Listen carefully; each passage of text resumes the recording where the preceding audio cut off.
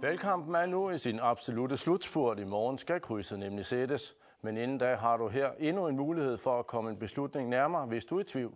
Spørgsmålene er sikkert mange. Svarene er lige om hjørnet, for borgfreden er skiftet ud med partilederrunde. Velkommen til. Og velkommen til jer. Gubbe Kleist, formand for IA og landstyrformand. Jens B. Frederiksen, formand for Demokraterne. Gerhard Petersen fra Adasut og Aleqa Hammond fra Siumut. Velkommen til.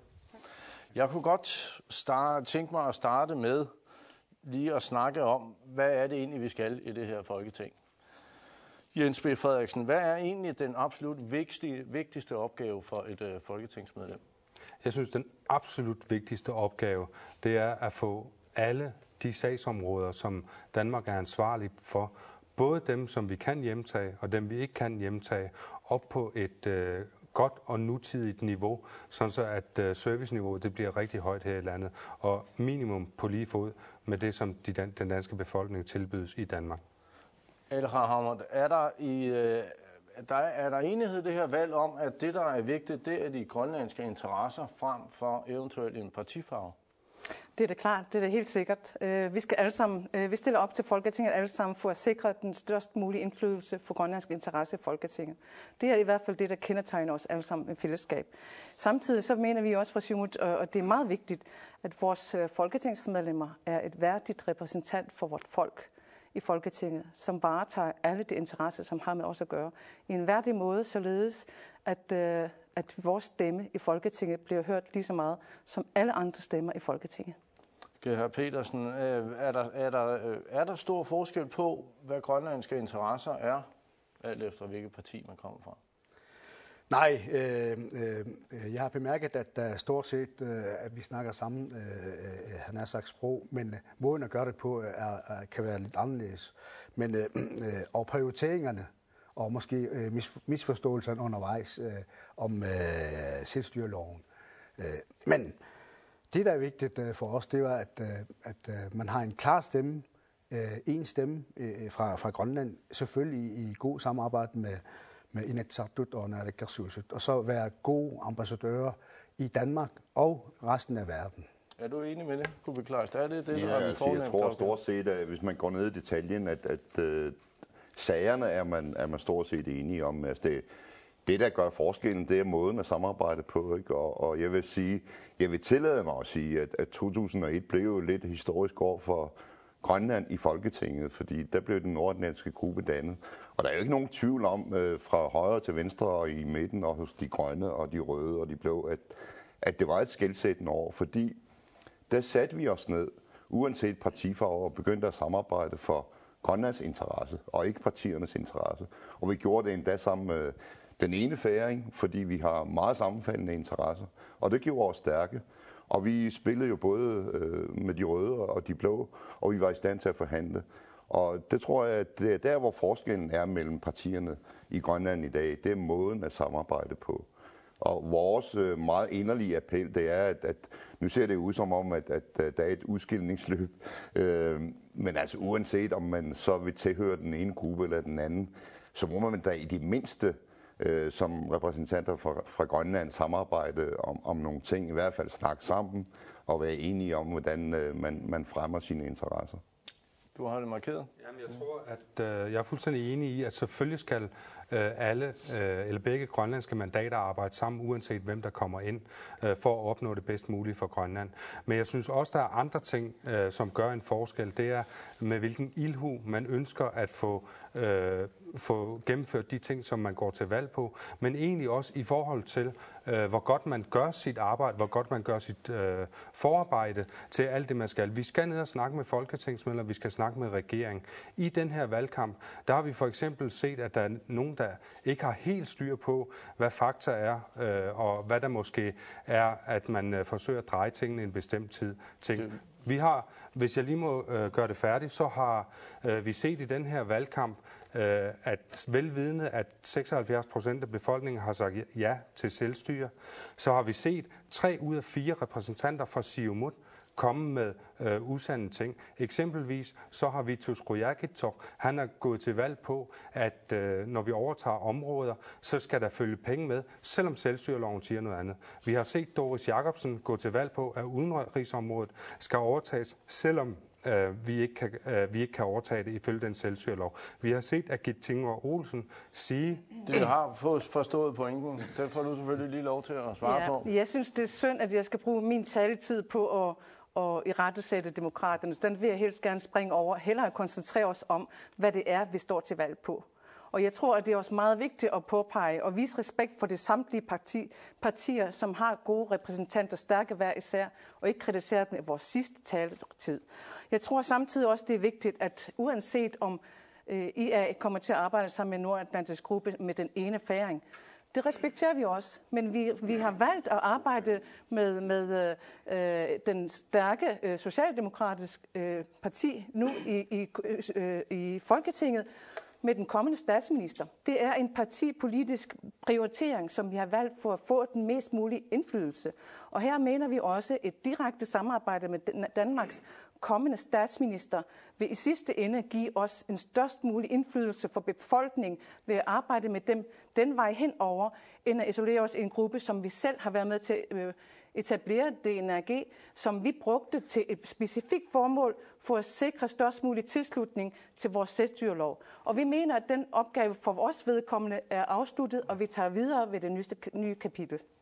Du får lov til at svare lige om lidt, men du har markeret længe. Ja, helt fra starten af, der har vi tilkendegivet, at fra vores side, der vil vi samarbejde med Venstre, partiet Venstre, som er stor og kraftfuld, og dem har vi arbejdet sammen med i lang tid, og med gode resultater.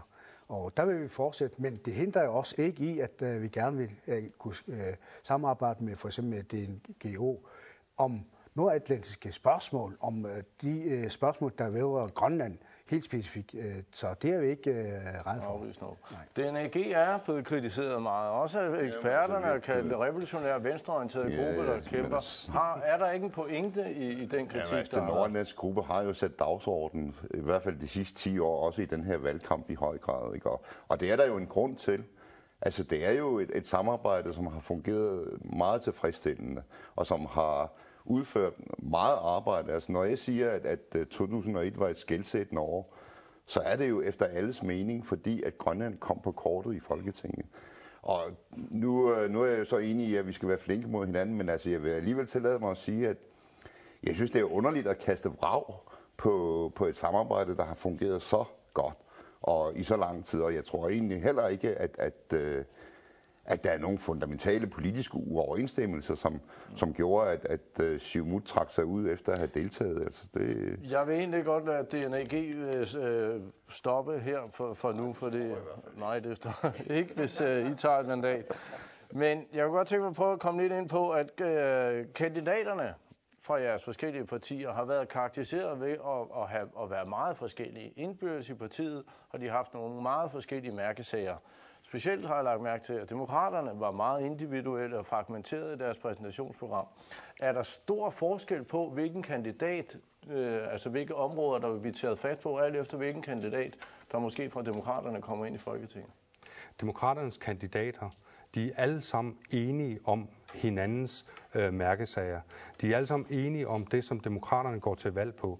Vi har bare ikke for vane at skulle gentage, hvad den anden siger hele tiden, og derfor så har man så hørt forskellige ting.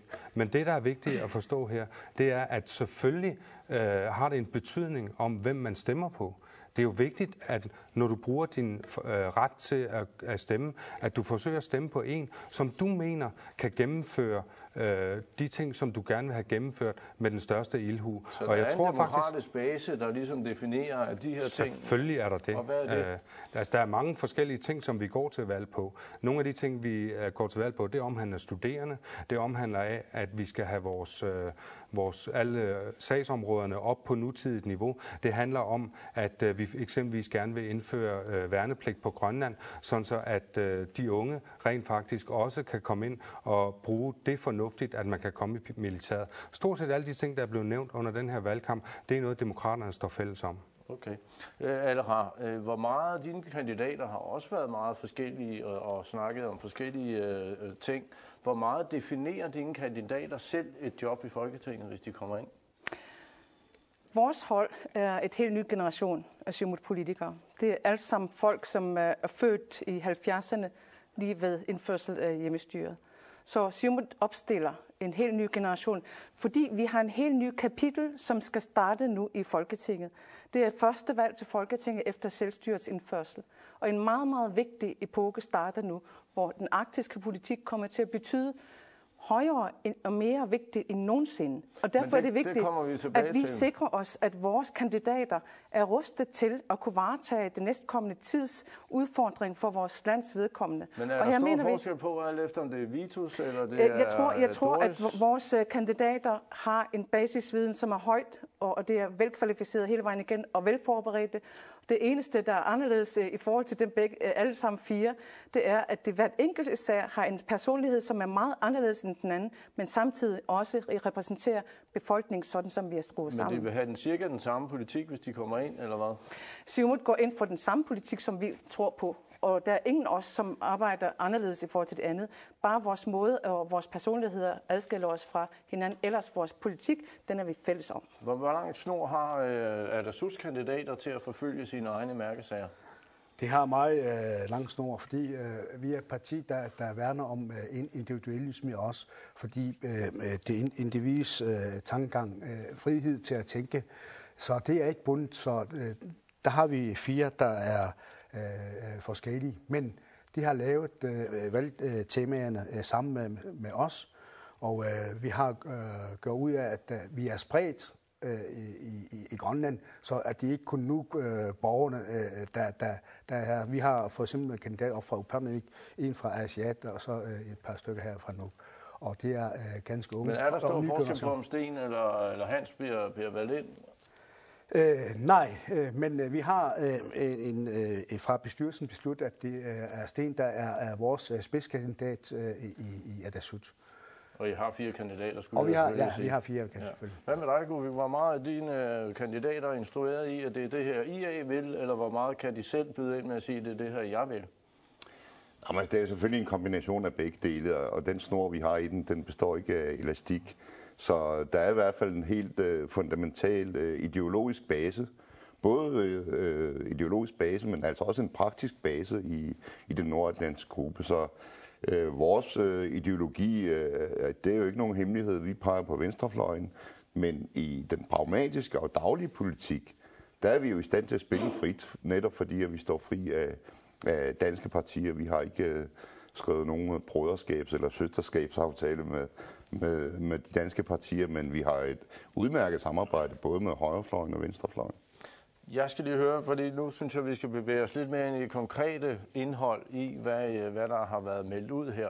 Sender du, Gubik, et folketingsmedlem til Danmark med et mandat til at gøde jorden til en genforhandling af selvstyreaftalen?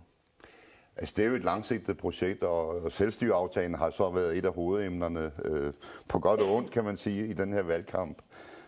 Det, som IA's kandidater har ytret sig om, det er en inflationssikring af bloktilskuddet. Og jeg må så indrømme, at jeg efter at have forhandlet i en årrække i kommissionen, hvor jeg var hovedforhandleren for Grønland på det økonomiske område, at hvis jeg skulle ændre noget efterfølgende, så var det lige præcis det område, som man skulle ændre på.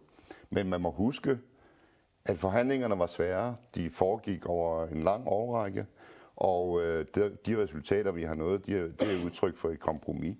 Men altså, igen så vil jeg så sige, at politik, det er jo det muliges kunst, og hvis der er en vilje på et tidspunkt, sikkert ikke i morgen, men på et tidspunkt, så skal begge parter være enes om, at bag det her, sådan, hvad kan man sige, for måske lige at se, hvad der skete, hvis sådan en blev smidt ud, hvordan reaktionerne ville være? Jamen, altså, vores kandidater har jo haft den frihed til at pege på problematikker, som man synes burde rettes op på, og IA's politik er jo også kendetegnet ved et meget langt syn. Vi har en langsigtet politik, så det er jo ikke noget under, at man i forhold til selvstyreloven peger ned på et område, som er så følsomt, og den grønlandske økonomi er følsom over for verdensmarkedet. Du er i hvert fald direkte modstander af det her. Hvorfor det? Jamen allerede i 2008, da vi diskuterede selvstyreloven, hvor vi netop var imod den aftale, fordi vi ikke synes den var god nok. Vi gik ind for selvstyre, vi ville gerne have selvstyre, men vi synes faktisk, man burde have opnået langt mere, end man gjorde dengang.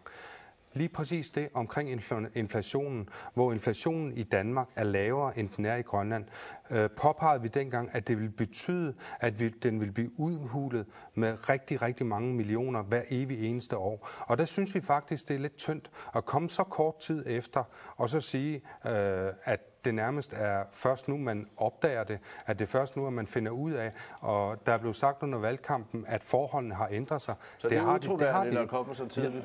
Jeg mener, det er rimelig utroværdigt. Eller I har jo i nogle af de ting, der er blevet sagt af jeres kandidater, ligger jo sådan set også op til en genforhandling af selvstyreaftalen med, at I vil hjemtage nogle områder, udenrigspolitikken osv. Er en genforhandling af selvstyreaftalen en god idé? Vi har ikke været ude at sige, at vi skal genforhandle selvstyreaftalen. Vi har lige fået underskrevet den. Den er knap nok tør, den underskrift. Og derfor mener vi ikke, at det er på tide, at man skal genforhandle selvstyreloven. Jeg vil også samtidig også gerne sige, at det glæder mig rigtigt at se, at IA's formand nu har fået en anden holdning, end hans kandidater har. Fordi kandidaten har været ude at sige, at den skal genforhandles på grund af inflationssikring af bloktilskud. Fordi vi vil også spørge tilbage, hvad nu, hvis den bliver genforhandlet, og det viser sig et andet år, hvor der er gået gang i økonomien og væksten i Grønland, så vil inflationen være her lavere, end den er i Danmark. Vil man så til at genforhandle selvstyreloven? Det synes jeg, at vi ikke er hensigtsmæssigt, og det vil bringe Grønland på et meget, meget ømfindtligt område sammenlignet med vores kolleger i Folketinget, som alle sammen har været med til at bakke op omkring Grønlands egne ønsker. Men Vitus har været ude, blandt som Jens sagde tidligere, og sige, at der skal følge penge med hjem med de sagsområder, vi skal overtage. Doris har sagt, at vi kan hjemtage udenrigspolitikken. Ja. Det er jo ikke noget, man kan uden at genforhandle selvstyreaftalen. Når vi siger, at der skal høre midler til de ansvarsområder, som vi skal hjemtage, når vi siger det, så betyder det, at der er 32 sagsområder, som varetages af den danske regering i dag. Og før vi hjemtager dem, skal vi sikre os, at der er tilført midler nok til det, således at det ikke er i forfalden tilstand, når vi hjemtager den. Det siger sig selv. Vi har selv stået i spidsen for selvstyreaftalen, og vi ved udmærket godt, hvad det indebærer. Vi har ikke sagt, at efter 2 år, så vil vi sende den til genforhandling. Og når vi siger, at vi gerne vil have større indflydelse i udenrigspolitikken, det er simpelthen fordi Danmark i den kommende tid ikke kan undgå at have en større samarbejde med Grønland, fordi arktiske spørgsmål kommer til at fylde utrolig meget mere i den danske udenrigspolitik fremover. Det ved Danmark godt, det ved vi også udmærket godt. Så det handler ikke om at hjemtage udenrigspolitikken, derfor det handler er det vigtigt. om at få mere indflydelse? Nej, vi skal have større indflydelse for dansk udenrigspolitik, der har med Arktis at gøre. Og der er det vigtigt, at vores indflydelse skal sikres større indflydelse, end der nogensinde har været indtil videre. Gobi, du skal have lov til at svare på. Har du trukket det? Vi har indflydelse på kongerigets udenrigspolitik, når det angår Arktis. Det er helt klart, og vi har jo lige lavet en fælles strategi, som vi har forhandlet med færingerne og danskerne, og det er vi meget tilfredse med. Men altså det, der er spørgsmålet omkring Grønlands egen udenrigspolitiske profil, det er at udnytte de muligheder, som situationen giver i dag. Og jeg vil sige, at det er meget, meget nødvendigt, at vi selv er aktive i udenrigspolitikken, fordi hele verdens øjne hviler på Arktis, og især på Grønland. Og det er jo en forpligtelse for os at sikre vores egne interesser og være synlige i den internationale politik. Og vi har også, ifølge selvstyreloven, lov til at forhandle med andre lande, så længe det angår Grønland selv. Og det er jo det, vi gør i dag. Vi har en aktiv udenrigspolitik. Kort bemærkning. Jamen, jeg vil bare sige, at jeg synes, det er et rigtig godt forsøg at forsøge at ændre på det, som hendes kandidater har sagt. Men derudover, så synes jeg også, at når vi taler om selvstyreaftalen, det, der er utrolig vigtigt nu, det er, at vi alle sammen har respekt for det, som den grønlandske befolkning sagde ja til, og så viser, at vi er dygtige nok herop til at kunne gennemføre alt, hvad der står i den selvstyreaftale. Og der skal vi ikke begynde at skulle forhandle omkring, at vi skal have flere penge tilbage. Vi må bare være endnu dygtigere herop for at kunne gennemføre den politik.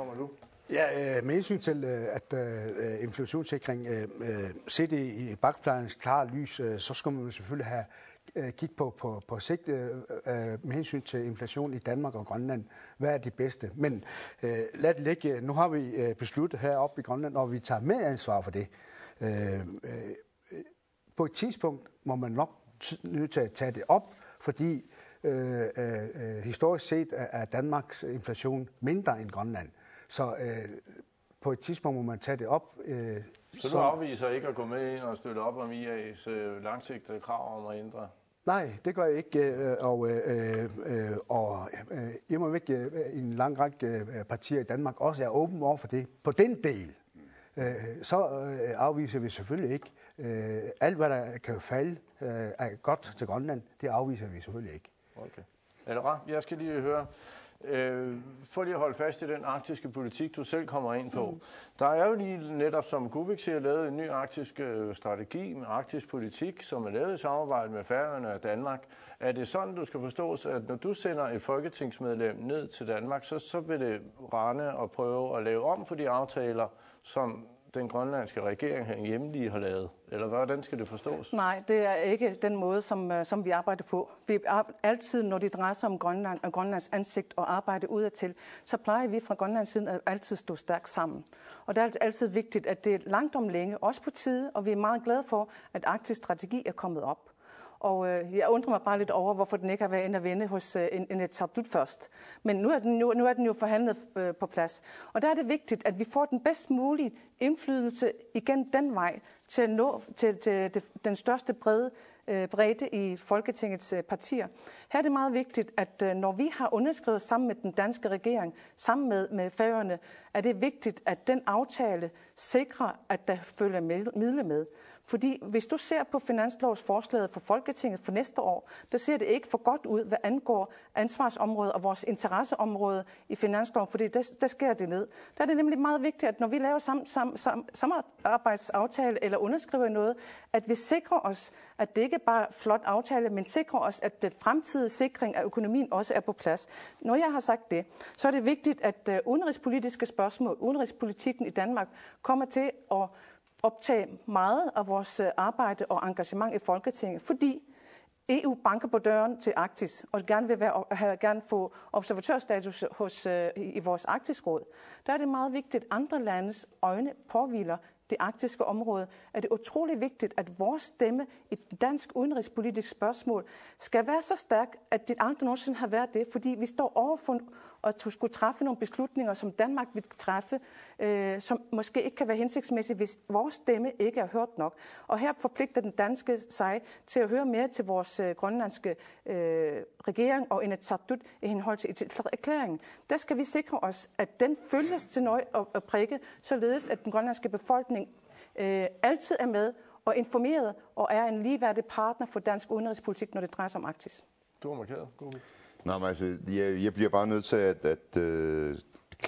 sige klart, at den måde, vi arbejder på, både med hensyn til, hvem der forhandler med andre regeringer på udenrigspolitiske spørgsmål, altså, det er jo trods alt et privilegium for regeringerne. Altså, den arktiske strategi har ikke været i Folketinget, i Lagtinget på Færøerne. Men jeg har orienteret det udvalg, som også adresse sidder i omkring den proces, vi var i gang med den arktiske strategi. Og med hensyn til det økonomiske, så er det jo sådan, at vi arbejder på den måde, at vi vil først finde ud af, hvad det er, vi vil, og så finder vi ud af, hvad det koster. Det er jo sådan, tingene hænger sammen i den måde, vi driver politik på i dag.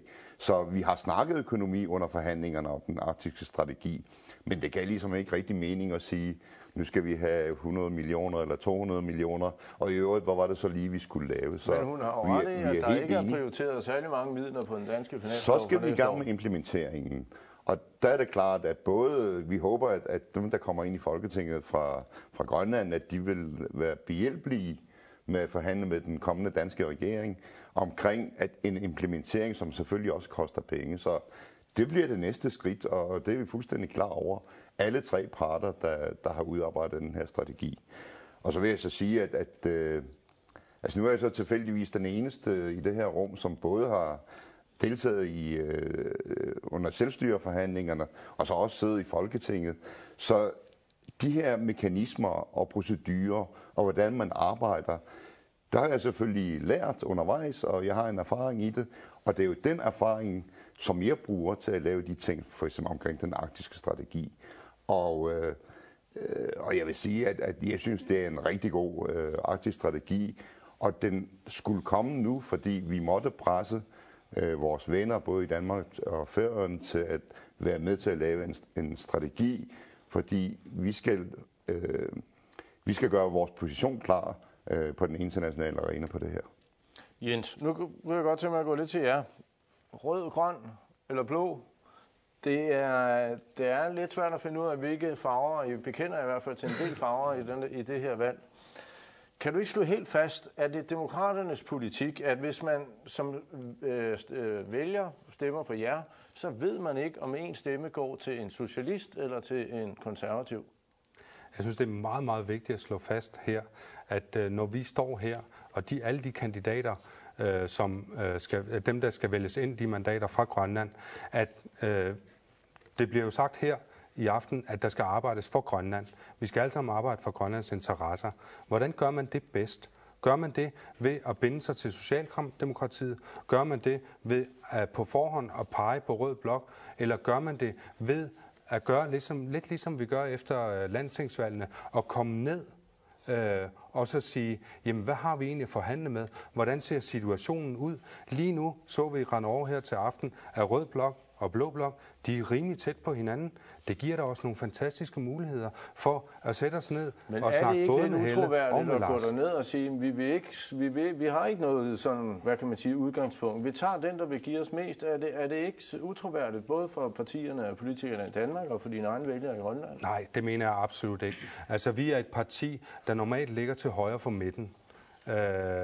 Altså, vi betegner os selv som et parti, der ligger til højre for midten.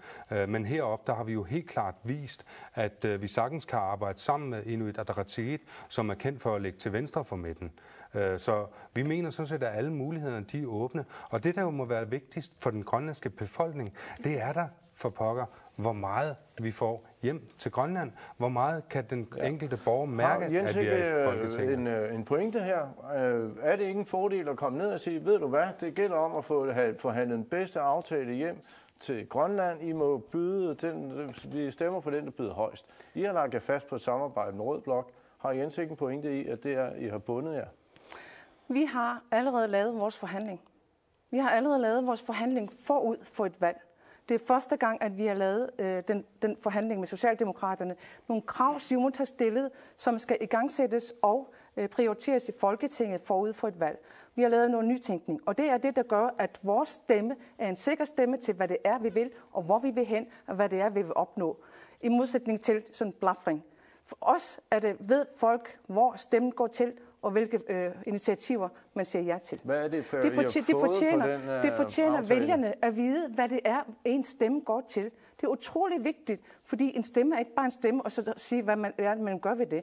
Vores stemme går til en meget stærk socialdemokratisk samarbejde i Folketinget, fordi vi mener, at den størst mulige indflydelse, der opnår vi ved at samarbejde meget tæt sammen med Danmarks kommende statsminister. Har I fået lovet nogen indflydelse? Ja, vi har lovet nogle indflydelse, som vi er meget, meget glade for. Og jeg tror også, at hvad er det for en indflydelse? Det indflydelse, det er, at vores stemme i Folketinget, hvad angår arktisk politik, skal være prioriteret meget højt og tages med som partnerskab sammen med Socialdemokraternes udenrigspolitiske arbejde. Og Arktis kommer til at betyde meget mere højere end det. Konkret. Det er altså meget konkret, at Socialdemokraternes arktisk politik er udformet i meget tæt samarbejde med os. Bare det i sig selv er en større åbning, end det nogensinde har været. Jamen, altså, jeg har stor respekt for, at de andre har valgt noget andet, lige så meget som jeg forventer, at de har respekt for os, at vi har valgt et socialdemokratisk samarbejde. Så I har været samarbejde med Venstre. Har Jens ikke også en pointe? Mister I ikke noget ved at gå ind og pege på en regerings- eller et samarbejdsparti med det samme? Nej, tværtom. Vi synes, at når man har meldt klart ud, hvad man vil, så ved vælgerne, hvad det skal stemme på, i stedet for den der plaffen, hvor er det henne. Men igen, er det ikke den grønlandske sag, der skal være i centrum, og ikke så meget, hvordan det... Også igen, at grund til at være valgt Venstre, det er fordi, at ideologisk grund er vi tættere mod dem, og at det er en stor gruppe, som vi kan arbejde sammen med, og som sagt, hvis det er en god bliver etableret igen, så er vi ikke ret for at samarbejde med i grønlandske sager igen. Fordi der er mange tilfælde, vi snakker om her, Og vi skal ikke være afvisende at kunne samarbejde, om det er, hvis vi er i den røde blok eller i den blå blok. Så der er nogle samlingspunkter, vi skal være sammen om. Okay. Ja, du har markeret. Altså det, der er vigtigt her, det er at skabe sin egen identitet også. Ikke? Og nu er det jo sådan i Folketinget, at når et medlem fra den nordatlantiske gruppe går op på talerstolen, så er der sådan en stor tv-skærm op bagved. Og når vores medlem går op på talerstolen, så står der Inuit Ataqatigiit. Hvis nu at Gerhards medlem går op på talerstolen, så står der Venstre, ikke? Og at Ataqatigiits medlem går op på talerstolen, så står der Socialdemokratiet. Og det er jo nogle af de her ting, som man må arbejde med og synes, det er vigtigt. Og rent ideologisk, altså ved at indgå i vores eget samarbejde, så behøver vi jo ikke at sælge vores ideologi til nogen. Vi har vores egen identitet. Men har I ikke I har en meget karismatisk færøsk politiker i spidsen. Ja. Står han ikke snart i vejen for grønlandske politikere? Vi er jo stærke ved at have samme interesser, og ikke mindst ved at have egen identitet.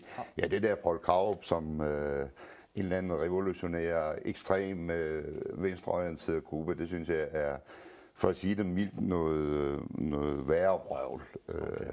Du har markeret. Jeg skal lige påpege og gøre det præcist over for Gubbi Kleist, IA's formand, at Siumut aldrig nogensinde agerer ikke uden sig selv og sit eget identitet. Siumut er en meget stærk stemme, som har udvist meget stor, og bliver vist med meget stor respekt, for Folketinget.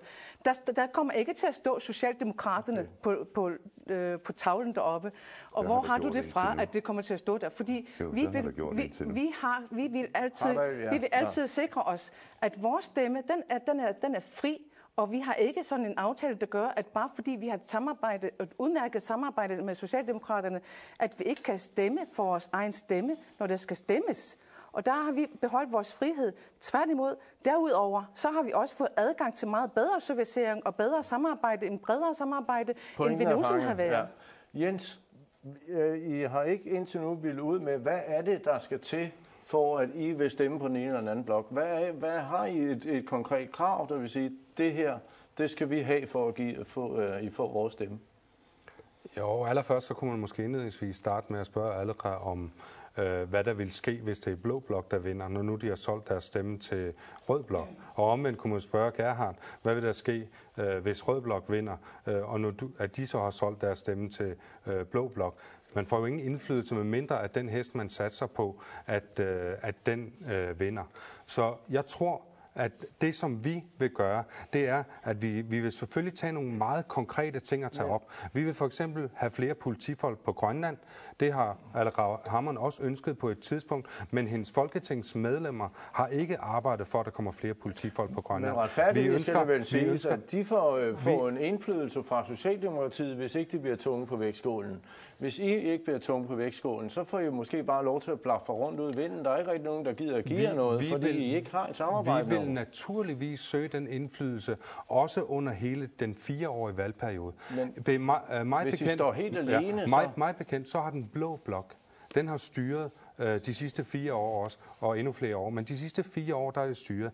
Der har man også set i Danmark, ligesom man ser det heroppe, at enkeltpersoner, de rykker partier, de bliver løsgængere.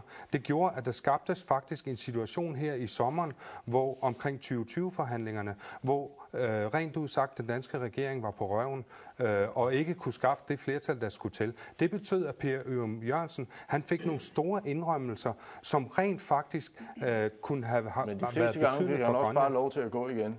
Han fik faktisk rimelig stor indflydelse. Du får lov til at...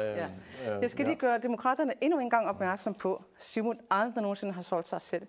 Aldrig. Det har du sagt flere gange. Og en anden ting er også, Siumut har et fantastisk samarbejde med Socialdemokraterne, som vi har haft i mange år, som vi er meget stolte af, som måske demokraterne kan lære lidt af, og lave nogle aftaler og forhandlinger i forvejen forud for et valg, som vi har gjort. Det kan måske være med til at skabe større indflydelse for det kommende folketingsperiode. Den har vi fanget. Jeg kunne godt lige tænke mig at høre, sådan lidt i en anden boldgade. Hvordan vil befolkningen kunne mærke, hvis I får et mandat i Folketinget? Det vil man kunne mærke. Vi vil, når vi kommer ind og skal samarbejde med Venstre, så vil vi kræve at være i udenrigspolitisk nævn, der hvor man skal berøre også grønlandske ting og nordatlantiske ting. Og der vil man kunne se, at vil vi arbejde for bedre forhold for uddannelse i Danmark, og at få vores medborgere, der bor i Danmark, alt for mange af dem, til Grønland. Det vil vi arbejde for. Og ikke mindst vil vi arbejde for at få forståelse i EU og i de store verden, i den store globale verden. Jens, hvorfor skal demokraterne i det hele taget have et mandat i Folketinget? Det skal vi, fordi at vi rent faktisk synes, at det har været rimelig begrænset med direkte resultater i forhold til, hvad den grønlandske befolkning har kunne mærke. Eksempelvis så er samtlige partier stort set gået til valg på, at kommunefogederne skal have forbedret deres vilkår. Faktisk så længe jeg kan huske tilbage, har man gået til valg på det. Men rent faktisk, så er det sådan, at vilkårene de er uændrede. Lønningerne er dårlige, der er mange forskellige ting, der er dårlige.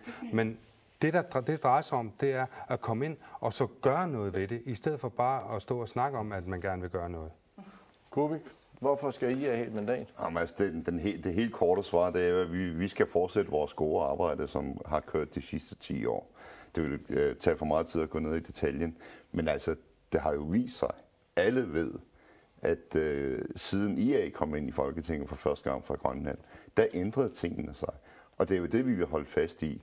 Og det synes jeg jo, det er sjovt, at Jenses parti er blevet grønt i mellemtiden, og vi arbejder udmærket sammen med de grønne også, så er meget velkommen til at komme og være sammen med os i den nordatlantiske gruppe. Hvorfor skal Siumut have et mandat? Fordi jeg tror, at Siumuts mandat er et værdigt mandat for det grønlandske folk. Et garanti for stærk stemme i Folketinget og en garanti for stor indflydelse, og også samtidig et garanti for, at det er en grønlandske interesse, som skal varetages og plejes og hjemtages for en god linje ind til Grønland opnå selvstændighed. Vejen frem er meget klar for Siumut. Derfor er det vigtigt, at man stemmer Siumut ind i Folketinget. Det bliver det sidste ord for i aften. Tak fordi I kom. I morgen er valget jeres. Husk at komme ud og få sat et kryds. Ha' det godt.